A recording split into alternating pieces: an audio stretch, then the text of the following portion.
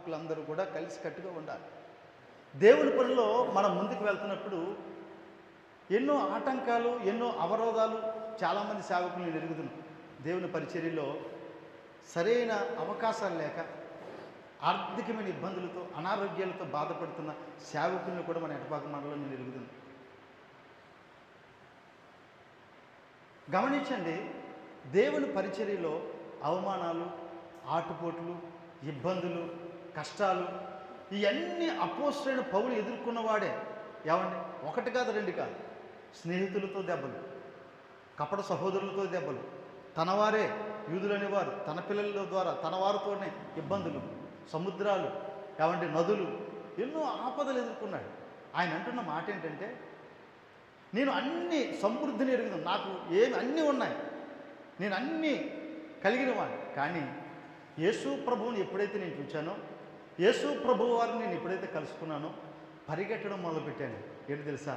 క్రీస్తును ప్రకటించడానికి. దేవునికి స్తోత్రం చెప్పండి. హల్లెలూయా. ఒక మాట అంటాడు, ఒకరేమో సూచక్రియలు అంటున్నారు, ఒకరేమో జ్ఞానాన్ని వెతుకుతున్నారు. నేనైతే సిలువ వేయబడిన యేసును మాత్రమే ప్రకటిస్తున్నాను. దేవునికి స్తోత్రం చెప్పండి. హల్లెలూయా. గుడిల మీద చేసుకొని చెప్దాం. ఎంతమంది ప్రకటించగలుగుతున్నాం? ఎంతమంది చేయగలుగుతున్నాం? ఈరోజు సేవకులను చూస్తుంటే చాలా బాధ అనిపిస్తుంది. మనం ఒక ఆయన అన్నారు, బ్రదర్ వారికంటే నేను ఎక్కువ, ఆయన 100 ఇచ్చాడు బ్రదర్, నేను 300 ఇచ్చాను బ్రదర్ అంటున్నాడు. ఏంటండి, పాస్టర్లకు భోజనం 100 రూపాయలు ఇస్తే పాస్టర్ వస్తాడు. ఎంత దుర్మార్గంగా మాట్లాడుతున్నారంటే, మనసు నాకు చెప్పకుండా నా చర్చలో మీటింగ్ పెట్టేసాడు ఒక ఆయన. మీరు నమ్మరు, మొన్న తమ్ముళ్ళు వచ్చారు, ఎవరో వెనకాల ఉన్నది, 2 తమ్ముళ్ళు కనబడ్డారు నాకు అక్కడ. పొద్దున్నే నేను చర్చిలో ప్రార్థన చేసుకుంటే, అయ్యారు ఈరోజు మన దగ్గర చిన్న నాకు తెలియదు, ఇంతకుముందు ఎక్కడో రాజమండ్రిలో మీటింగ్లో ఉన్నాను నేను. రాజమండ్రిలో మీటింగ్లు ఉంటే ఏదో చర్చిలో కూర్చుంటానంటే, ఇప్పుడు ఎదురాను వచ్చి అన్న చర్చిలో కూర్చుంటాను నలుగురు అంటే కాదంటానా? మీటింగ్ జరిగిపోయింది అట్లా లాస్ట్ మంత్, నాకు ఆ విషయం తెలియదు. మరలా మీటింగ్ అంటున్నారు. నాకు తెలిసి ఏంటి అసలు ఈ మీటింగ్ తెలుసుకుంటే, నాకు నేను ఇంటెలిజెన్సీ వాళ్ళు చెప్తున్నారు, 2 తెల్లోళ్ళు కూడా వచ్చారట ఆ మీటింగ్కి. ఆయన 100 ఇచ్చాడన్నా, నేను ఇంకా ఎక్కువ ఇచ్చాను అంటున్నాడు. అంటే దైవజనులు దేనికోసం పరిగెడుతున్నారు? ఒక మాట, బాధపడకండి. ఈరోజు సేవకులుగా మనం ఏం చేస్తున్నాం?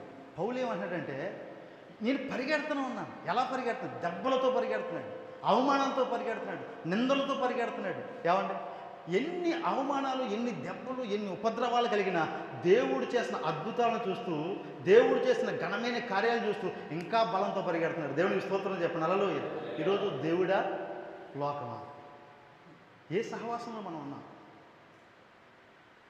ఎక్కడ మనం నడుస్తున్నాం? ఎవరితో మనం నడుస్తున్నాం? నేను చెప్తున్నాను, ఎంతమందికి నేను తెలుసో తెలియదు కానీ నిజంగా చెప్తున్నాను, అందరికీ వందనాలు. నేను పక్కా హైందవుని. నా పేరు శివ.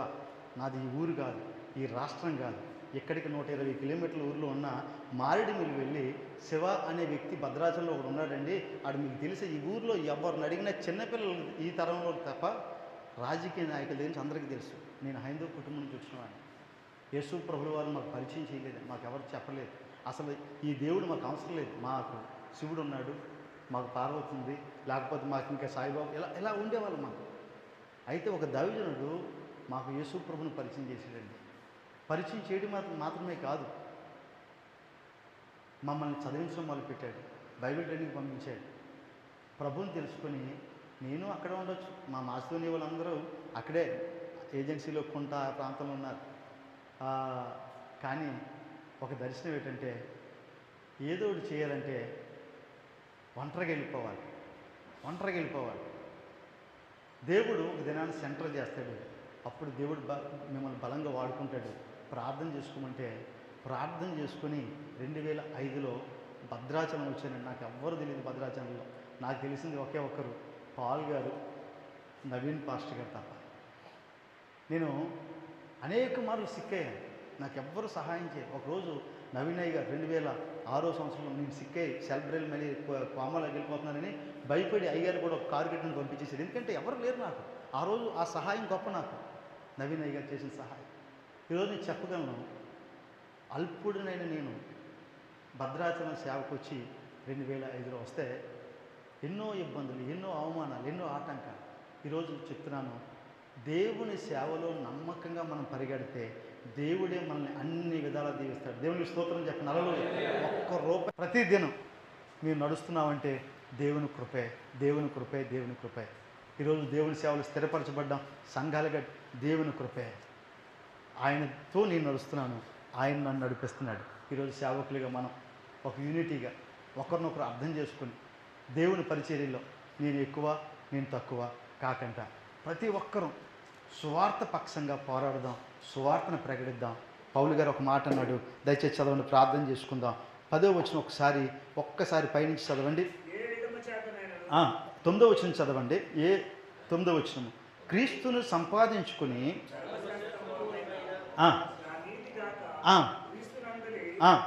విశ్వాసమును బట్టి నీతి అనగా నీతి గలవాడనై చాలు. ఎక్కడ కనబడాలంటే మనం మనుషులు కనబడవసరం లేదండి. ఒక్క విషయాన్ని అద్భుతంగా చెప్తున్నాడు. నేను క్రీస్తును సంపాదించుకున్నాను, ఈ సంపాదించుకుని పరిగెడుతున్నాను, ఒక దినాల మరల నేను అక్కడ కనబడాలి. ఎవరి దగ్గర? యేసయ్య దగ్గర కనబడినప్పుడు నువ్వు ఏమి చేయగలిగావు, నువ్వు ఏం చేసావు బాబు, అక్కడికి వెళ్ళావు ఇక్కడికి వెళ్ళావు. ఏం పరుగులేండి, మామూలుగా కాదు. ఏమి పరుగులు పాస్టర్స్ అలా అంటే. నేను అంటాను, బాధపడకండి, బాధపడద్దు ఎవరు దయచేసి. భద్రాచలంలో నా సహోదరులే మీటింగ్ పెట్టారు, నేను ఒకటే చెప్పాను, అలా రాను పిల్లలు దయచేసి. నేను ప్రెసిడెంట్ భద్రాచలానికి. అసలు ఇప్పుడు ఏం జరుగుతుందో అది ఏం మీటింగ్ మనకు తెలియాలిగా. ఏమీ తెలియకంటే మీటింగ్ పాస్టర్ ఇప్పుడు ఒక జఫన్య గారు వచ్చారో, లేకపోతే ఒక ఎమ్మెల్యే శాస్త్రులు వచ్చారో, లేకపోతే ఇంకొక మంచి ఆత్మీయులు జాన్వేస్లు వచ్చారంటే మనం వెళ్ళి కూర్చోవచ్చు. వాక్యం విని మనం అభివృద్ధి పొంది మనం ఏం చేయాలండి, ఇంకా ఎక్కువ ఎంకరేజ్ చేయబడాలి. అంతేగాని వచ్చారు, కూర్చున్నారు, బిర్యానీ తిన్నారు, 100 రూపాయలు పట్టుకుని పోయారంటుంటే నిజం. అయ్యారు ఇది నేను గత ఇంటెలిజెన్సీ నిన్న నాతో ఎవరో 2 అన్నయ్యలు ఉన్నారు, ఇద్దరు అన్నయ్యలు నాతో ఉన్నారు. ఇంటెలిజెన్సీకి వెళ్ళిపోయి రిపోర్ట్ అయిపోయి హైదరాబాద్ వెళ్ళిపోయి వాళ్ళని అక్కడ పట్టుకోకపోతే అక్కడ పట్టుకుంటా ఉంటున్నారు. ఎక్కడ? హైదరాబాద్లో పడతారటండి, ఎయిర్పోర్ట్లో పడతా ఉంటున్నారండి. అంటే భద్రాచలం అనేది ఒక బిజినెస్ క్యాపిటల్ సిటీగా మారిపోయింది. క్యాపిటల్ సిటీ దేనికి? క్రైస్తవ్యానికి, వ్యాపారానికి నిలయంగా మారిపోయింది. ఏమంటే ఇంకో 6 ఎవరో వస్తున్నారని కూడా చెప్పారు. బ్రదర్ ఎందుకు బ్రదర్ నాకంటే, బ్రదర్ మీరు కొద్దిగా ఏంటంటే ఇలాంటి వాటిలో ఎంకరేజ్ చేయకండి. 10 రూపాయలు ఇస్తుందా, 5 రూపాయలు పెట్టండి అంటే ఎవరు పెడతారు? మాకు బాధ ఏంటంటే 10 రూపాయలు కూడా తినేస్తున్నారు, రూపాయి కూడా పెడతలేదు కదా మీ పాస్టర్లని. ఎలాగ మాట్లాడుతున్నా అలా మాట్లాడుతున్నారు. ఈరోజు డబ్బును సంపాదించుకుందామా, క్రీస్తుని సంపాదించుకుందామా, ప్రభు దగ్గర కనబడదామా, లోకంలో కనబడదామా? ఆయన అంటున్నాడు, నేను క్రీస్తును సంపాదించుకున్నాను, మరలా నా క్రీస్తు ఎదుట నేను నిలబడవలసిన గడి ఒకటి ఉంది, అక్కడ కనబడాలి. దేవునికి స్తోత్రం చెప్పండి, హల్లెలూయా. ఇంకో మాట అంటున్నాడు చూడండి 10వ వచనంలో. ఆయన అంటున్న మాట, ఏ విధము చేతనైనను పునరుద్ధానము కలగవలనని